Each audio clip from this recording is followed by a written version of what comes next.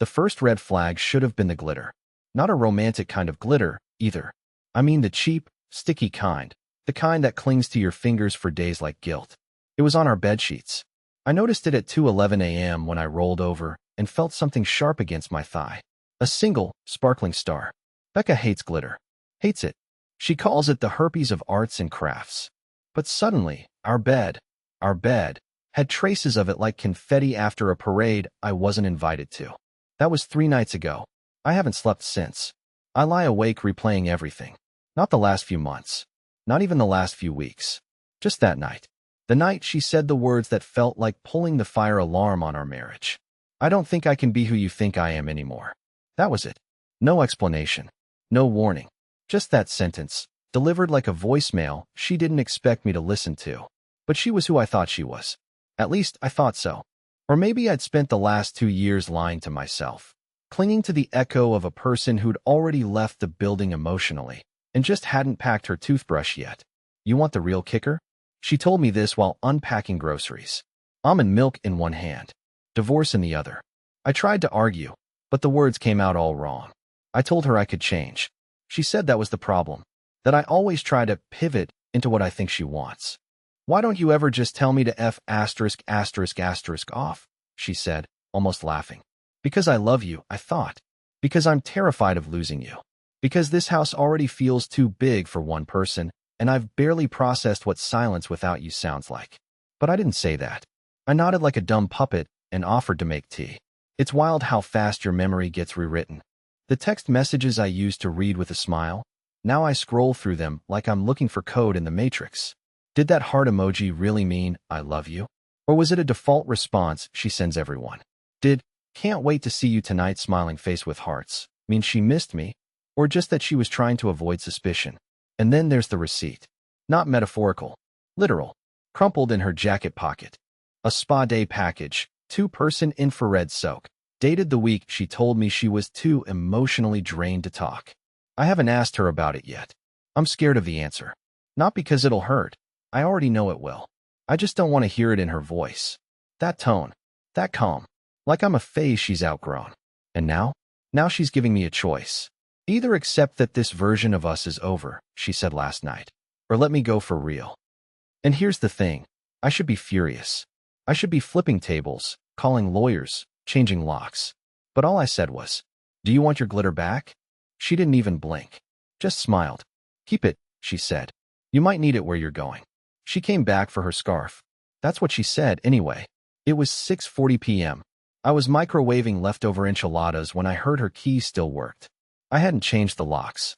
I hadn't done anything, really, except mope around in socks that didn't match and pretend to be busy on Google Calendar. She walked in like it was just another Tuesday, glanced at the table, and said, "Oh, good. You're here." I should have said something sharp, something cinematic. But I just stared at her, holding the plastic fork mid-air like a malfunctioning animatronic. She walked past me, into the bedroom, into our closet, or maybe just hers now, and started digging through a pile of coats. I heard hangers clattering, zippers unzipping, her usual mild swearing when she couldn't find what she wanted. Then silence. A long one. Long enough that I put the fork down. I walked in and saw her holding something behind her back. She jumped when she noticed me. You scared me, she said. I didn't answer. My eyes went to the floor. One of her old scarves was already there. A red one. The one I bought her after that terrible movie night where we both pretended to like the film just to avoid arguing. She wasn't here for the scarf. You're not really here to. I started, but she cut me off. It doesn't matter. I found it. And then she was gone again. Like a glitch in my timeline. No goodbye. No eye contact. I sat down on the edge of the bed, feeling like I'd just watched a stranger ransack my house. My life, my whatever we were now. And then, because I'm either extremely nosy or dangerously broken, I started going through the coat pile myself. I wasn't looking for anything. I just wanted to touch the mess she left behind, like it would tell me something. That's when I found it. Not hidden, exactly, but tucked in between the lining of her gym bag and a folded tank top. A phone. Not hers. Or rather, not the one I thought was hers. It was old. Not cracked or dirty, just unfamiliar. And it was still warm, like she'd just powered it off in a rush. I held it in my hand for a full minute before pressing the side button. Nothing. Dead.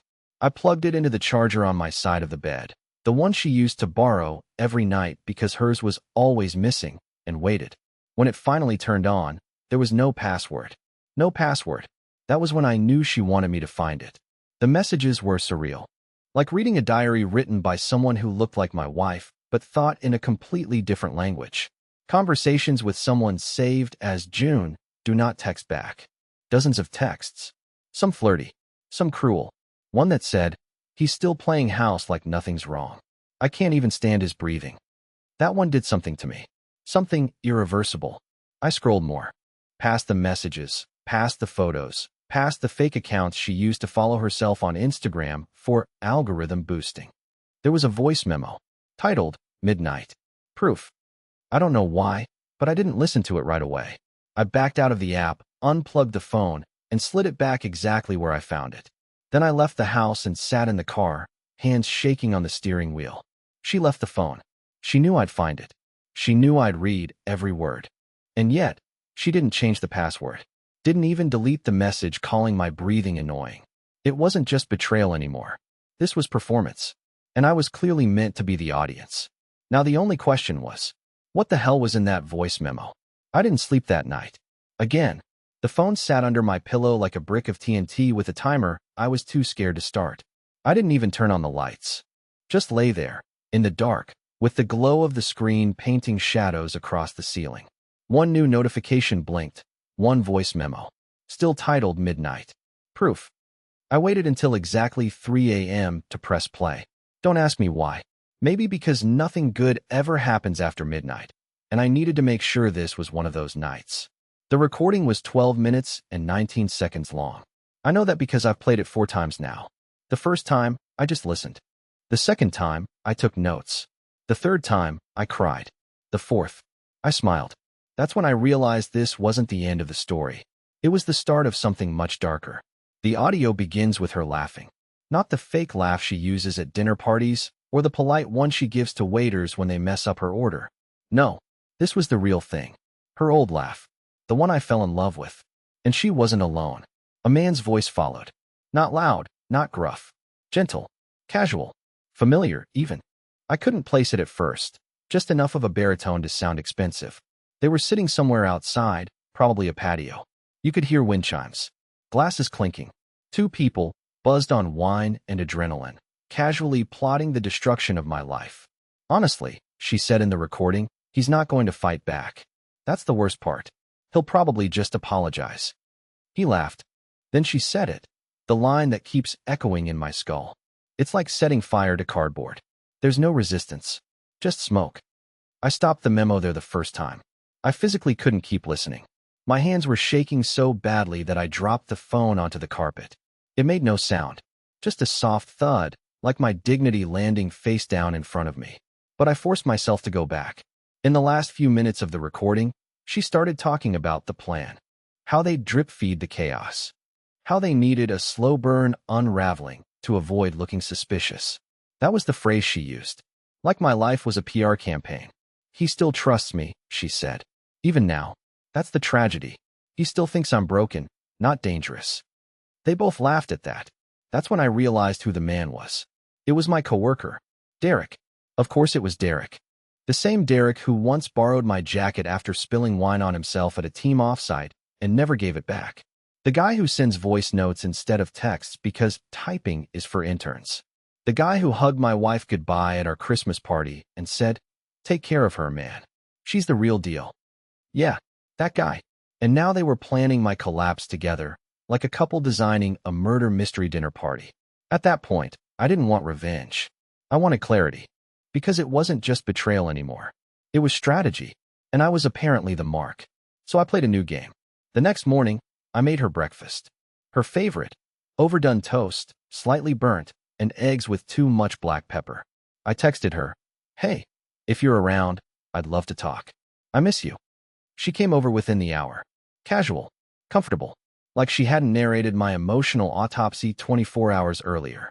She smiled when she saw the plate, kissed me on the cheek, sat down, legs crossed, perfectly in control. "I've been thinking about us," she said softly. I nodded. Me too. She gave me that practiced look, the one that says, see, I knew he'd come around. Then she leaned forward, touched my hand, and said, but before we move forward, I need to know you're willing to change. That's when I looked her dead in the eye and said, I already did. She didn't blink, but something in her shifted, like the room got colder. I saw it. Just a flicker, a microsecond of panic. Good, because I'd already sent the voice memo to myself. I'd already made a copy, and I was just getting started. I used to believe betrayal was loud. A slap, a scream, a suitcase flying down the stairs. But the kind that really changes you?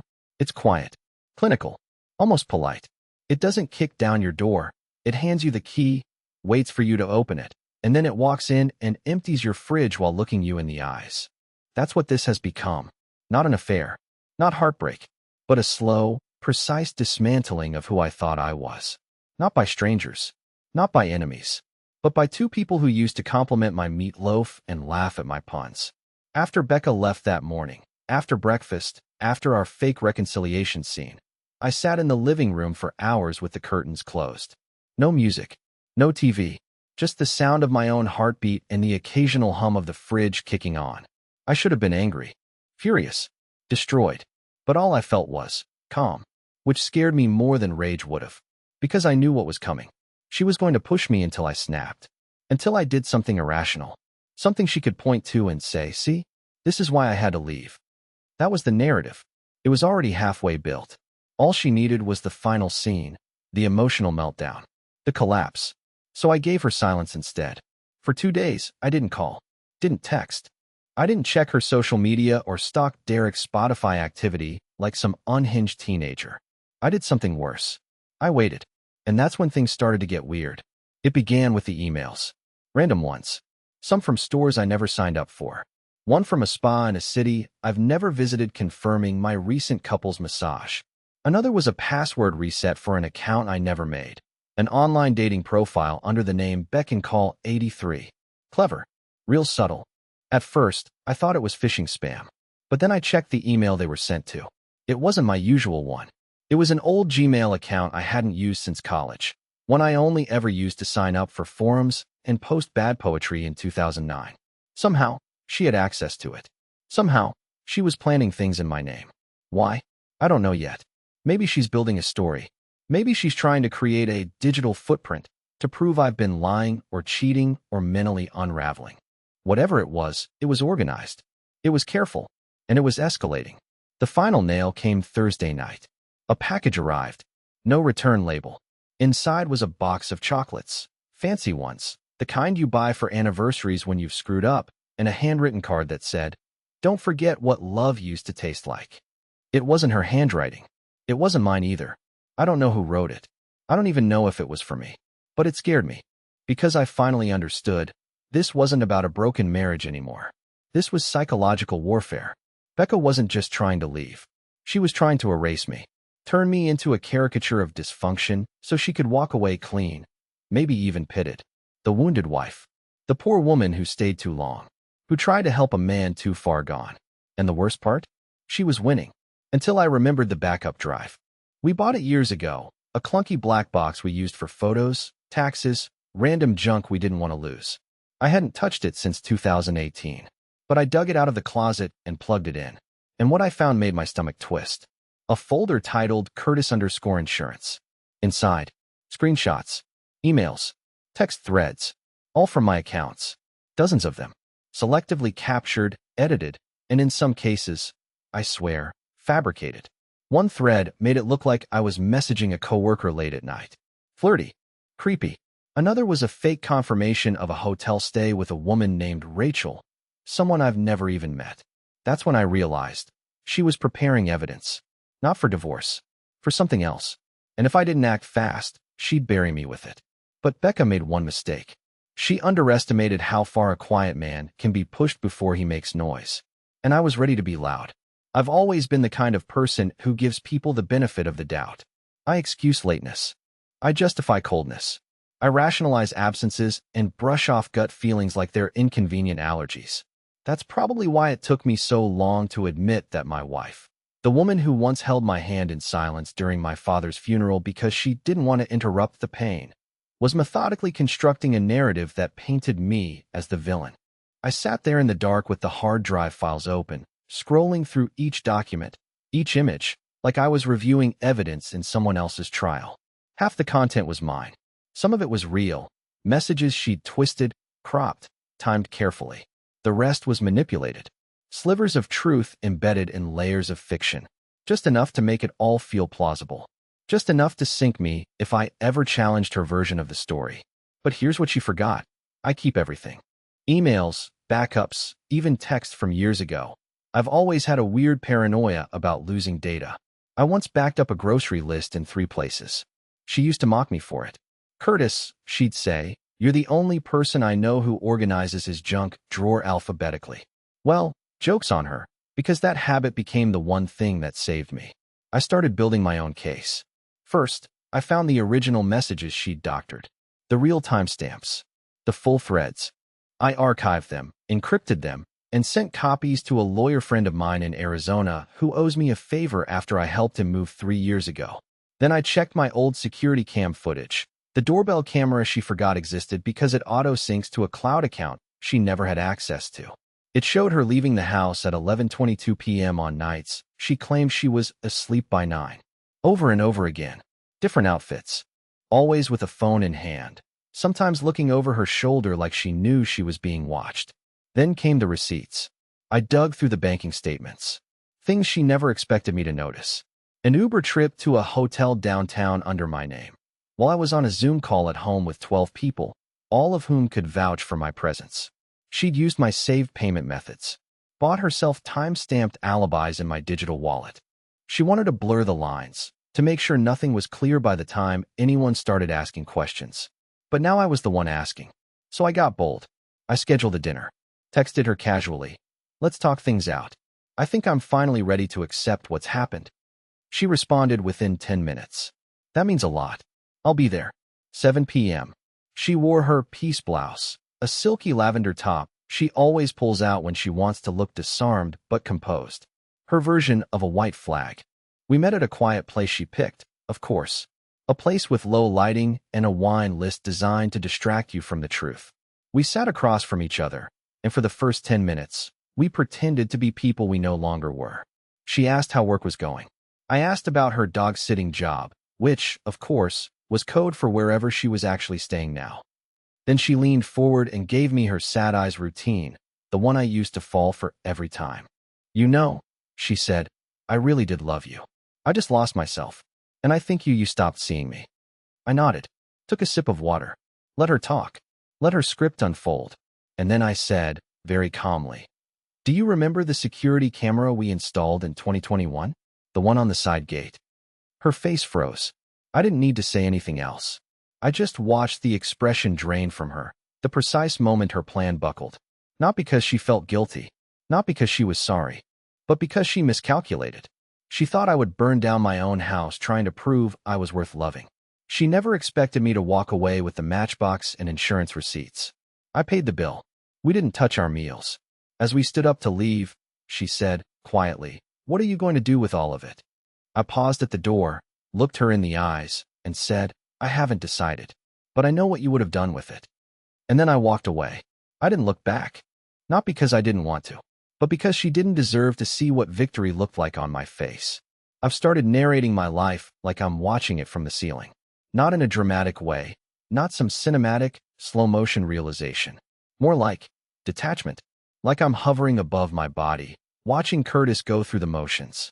Watching him pour cereal into a bowl like it matters. Watching him lock the front door twice, not because he's scared of strangers, but because he knows what people he used to trust are capable of.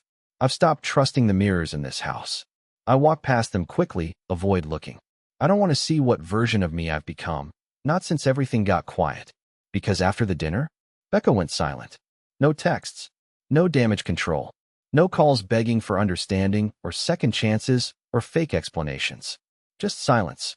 And that scared me more than anything else. Because silence, in her hands, is a weapon. It means she's calculating.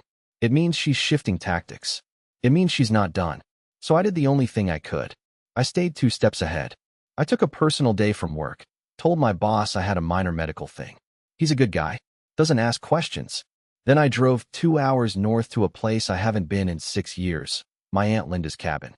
It's old, cluttered, full of spiderwebs and damp wood smell. But it's quiet. And more importantly, it's completely off Becca's radar. No Wi-Fi, no cell signal. Just landline static and the occasional radio commercial from a nearby town that still advertises VHS repair shops. I brought the drive, the files, a legal pad, 3 pens, and I started building my version of events. Not because I wanted revenge, that urge had passed. This wasn't about destroying her anymore. It was about making sure she couldn't destroy me.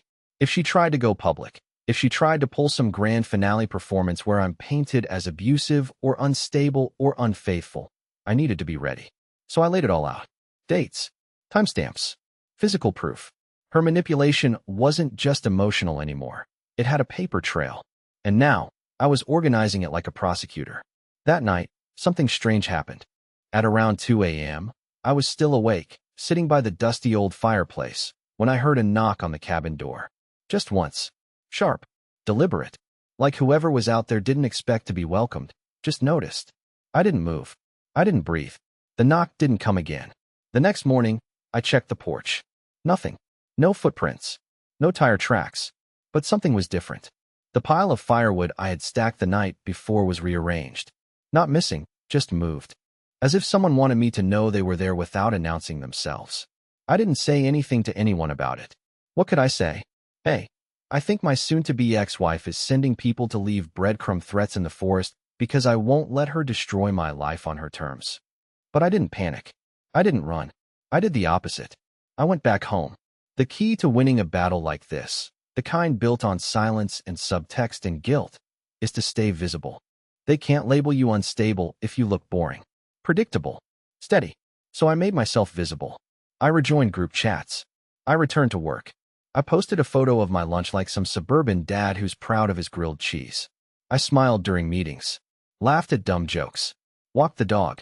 Meanwhile, in the background, I was setting up safeguards. I hired a forensic tech. Quietly. Paid him in cash through a referral from a friend who once worked in cybersecurity.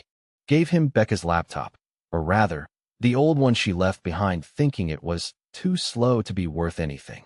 Big mistake. It still had syncing access to her cloud storage. Nothing recent, but enough to confirm that Curtis_Insurance was only one of the folders. There were others. One was called Phase 2. Another, just titled Exit. It wasn't a divorce plan. It was a campaign.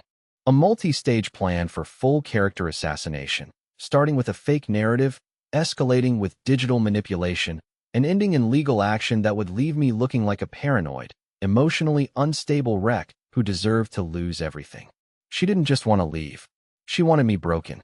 And now, sitting with all the evidence, watching the timeline of her betrayal unfold like a villain's whiteboard in a bad TV drama, I realized something I never thought I'd say. I don't love her anymore. Not even a little. And the moment I let that truth settle into my chest like a heavy, permanent stone, something inside me went very, very still. She's not going to win. Because I don't need revenge. I just need truth. And truth, once it's ready, doesn't knock. It kicks the door down. I didn't make a scene. That was important. There was no public Facebook post. No 2 a.m. tweet storm. No anonymous Reddit thread asking strangers for validation. Just quiet moves. Methodical. One at a time. Truth doesn't need to shout. It just needs a platform and patience. So when I finally decided to speak, I did it through the one place where Becca had never thought to monitor me, my professional network. Not my job. Not my personal phone. Not even my group chats. No. I went to the people who had known both of us long enough to believe what they already suspected, but were too polite to ask. I sent 6 emails. 6. That's it. Each one short. Just a few lines. No drama. Just a heads up to old mutual friends, colleagues, and one very observant cousin of hers who had once said, "Becca's great, but I feel like she's always 10 moves ahead of the conversation." I didn't attach screenshots. I didn't explain everything. I just told them the truth, simply, that Becca and I were separating, that I'd discovered some deeply deceptive behavior, and that if any stories about me began to circulate, particularly things that felt exaggerated or out of character, they could feel free to check with me directly. I didn't say she's manipulating people. I didn't say she's trying to ruin me. I just told the truth in the calmest voice I could write. And within 24 hours, the screaming started. Not literal screaming. That would have been easier. It was Becca's subtle brand of screaming, quiet chaos, disguised as concern. I got 3 texts that day, from 3 different people, all disconnected from each other. Each of them said nearly the exact same thing. Hey, Becca mentioned you've been acting strange lately. Everything okay? That was the play. Plant the idea that I was unraveling, not with proof, but with tone, with implication. Because the moment you start defending yourself from things you haven't done, you already sound guilty. That's how she wanted it. But the timing was too perfect. The coordination too obvious. I didn't reply. Instead, I waited. Because by now, I understood how she operated. Becca doesn't like to confront directly. She prefers to orchestrate from a distance, to watch from the shadows as the narrative plays out in her favor. But she's not built to handle exposure. She thrives in the space between what's true and what's believable. So the moment I dragged the conversation into the light, even gently, she lost her advantage. That night, she showed up at my door. No warning, just a knock. Not hard, not angry, just soft, almost like a question. I opened it. She looked, not furious, not scared, just off script. She was holding her phone, eyes wide but not tearful, the kind of expression someone wears when the audience isn't clapping the way they rehearsed. Why are you telling people? She asked. Not what are you saying?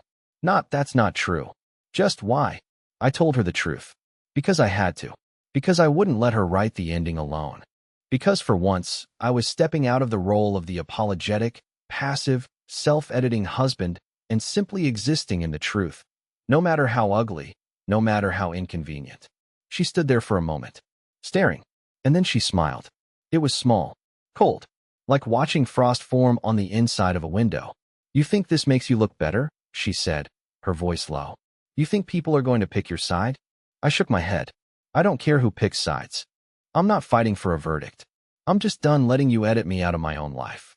She laughed, quietly, almost genuine. You're not as soft as I thought. I shrugged. No, but you were banking on that, weren't you?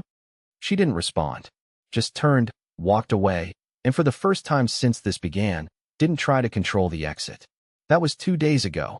Since then, the calls have stopped. The texts, the check-ins, the subtle jabs, gone. Her silence now feels different. Not strategic, not smug, just empty. Like someone who finally realized the house of cards she built wasn't knocked over by a storm, but by gravity. And I'm still here, still standing, still telling the truth. And the most unexpected part? I don't feel triumphant. I don't feel vindicated. I just feel free. Not the fireworks kind. Not the movie ending kind. The quiet kind. The kind that doesn't scream. The kind that just lets you breathe. It's been 7 weeks since the last time I saw her. No texts. No mysterious packages. No emails from friends just checking in, because she planted the idea that I was slipping into madness. Nothing. Just absence. Honest, clean, complete absence. And I've never felt lighter. That might sound surprising, after everything. I thought the final act of this would be fireworks, dramatic closure, courtroom scenes, shouting matches in parking lots. But that's not what real endings look like. Most of them come softly, without warning. They just arrive. One day you wake up and realize you don't feel the weight of someone else's shadow on your chest anymore. One day, you make coffee and it tastes like coffee, not like resentment. One day, you breathe and it actually fills your lungs. I still have the drive. All the files. The evidence. It's sitting in a safety deposit box now. Not because I want to use it, but because I could if I had to. And somehow, knowing that is enough. I don't need revenge. I don't need a big reveal. Because the real victory wasn't in exposing her. It was in reclaiming me. The version of myself she tried to shrink. The version she wanted people to second-guess. The quiet man who always folded first, who apologized for things he didn't do, who handed her the pen every time she wanted to rewrite the story. I've started writing again. Not journals, real writing. Short fiction mostly. Some of it's terrible. Some of it's raw. But it's mine. I write on Sunday mornings now, at a little cafe 2 blocks away where nobody knows my name and the barista always spells Curtis with a K. I never correct her. I like that guy. Feels like a new version of me. I've seen people I haven't talked to in years. Had real conversations. Reconnected with my brother, the one I pushed away when things got too dark and I didn't want to answer questions I didn't know how to ask. We grilled burgers last weekend and didn't talk about Becca once. Just music. Bad movies. The kind of silence that doesn't feel threatening. I even started dating again. Nothing serious.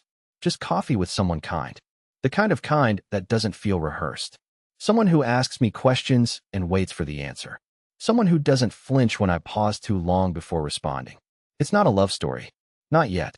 But it doesn't need to be. Because for the first time in years, I'm not scared of being alone. I know what I survived. I know what I carried. And I know, beyond any doubt, that I didn't deserve what happened to me. But I also know that holding on to bitterness doesn't protect you.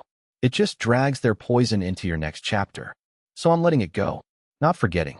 Just refusing to bleed for it anymore. You don't always get justice. Sometimes the villains walk away. Sometimes they rewrite the story for themselves, and sometimes people believe it. But if you hold the truth long enough, close enough, you stop needing an audience. You just need your breath, yourself, your next page. And finally, I'm writing mine.